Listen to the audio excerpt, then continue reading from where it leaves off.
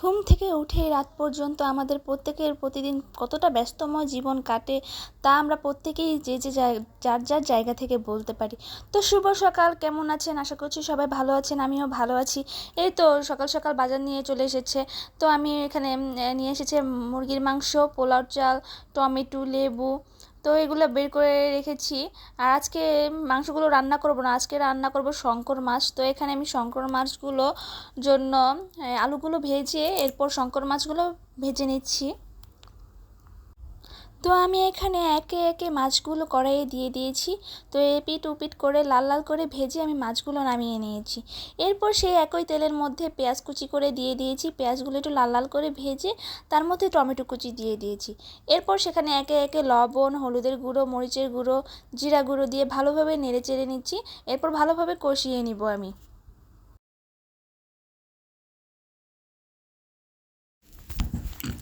কষানো হয়ে গেলে আমি সেখানে ভাজা আলুগুলো দিয়ে দিলাম। এরপর ভালোভাবে আরেকটু কষিয়ে নিয়ে পরিমাণ মতো জল দিয়ে দিচ্ছি।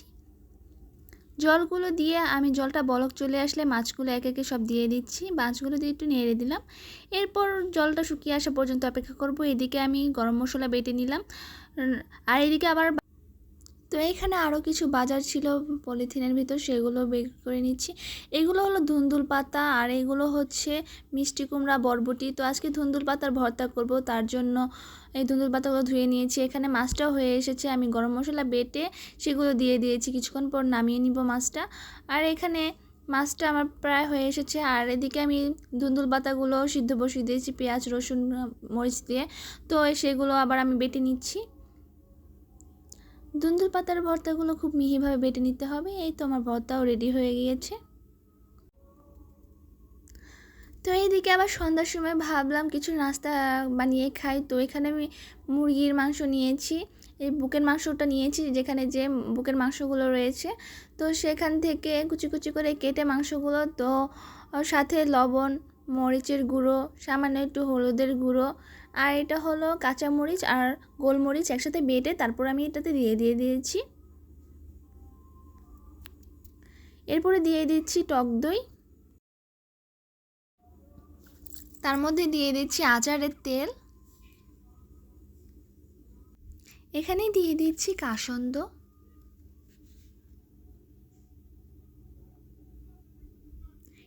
এরপর দিচ্ছি আদা রসুনের পেস্ট, এরপর দিয়ে দিলাম চিলি সস।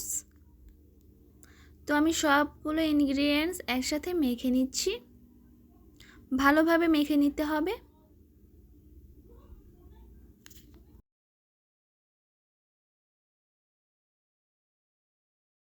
আমার মাংসটা ম্যারিনেট করা শেষ, আমি এভাবে কিছুক্ষণের জন্য রেখে দিব।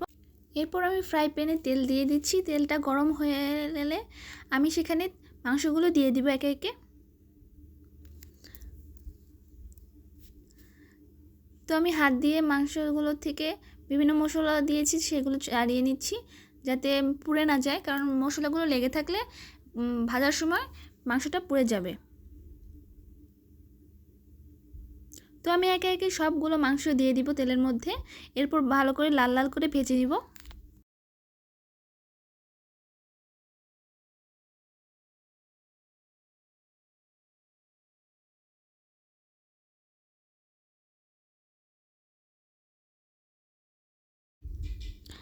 মাংসগুলো আমি এরকম সুন্দরভাবে ভেজে নিচ্ছি, লাল লাল হয়ে আসলে আমি নামিয়ে নিব।